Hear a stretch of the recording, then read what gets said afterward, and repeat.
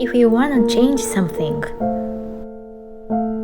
何かを変えたいなら Change something within yourself 自分の中の何かを変えよう Whether change your thoughts, words or habits 考えを変えるのか言葉を変えるのか習慣を変えるのか Start what you can do now 今できることを始めよう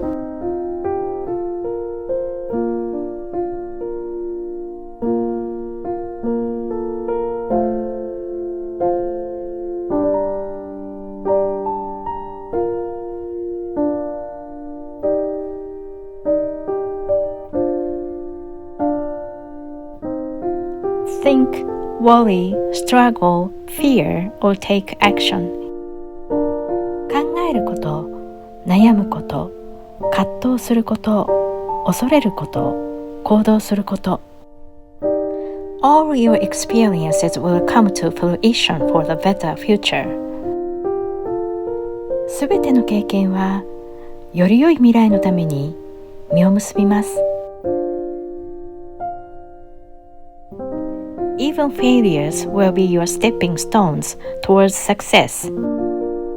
失敗も成功への足がかりとなります。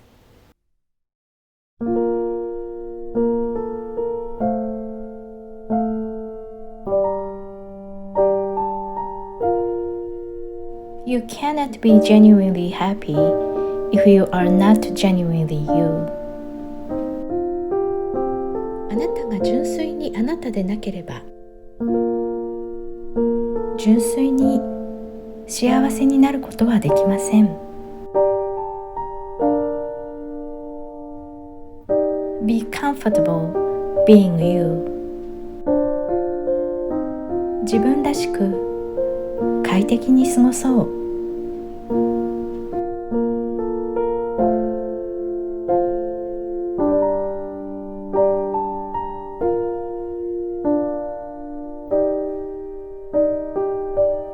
What would you say to her?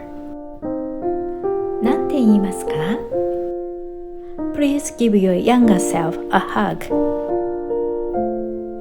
幼い自分を抱きしめてあげてください Tell her that she is beautiful and she is worthy. あなたは美しく価値がある And she is loved.そして愛されていると伝えてください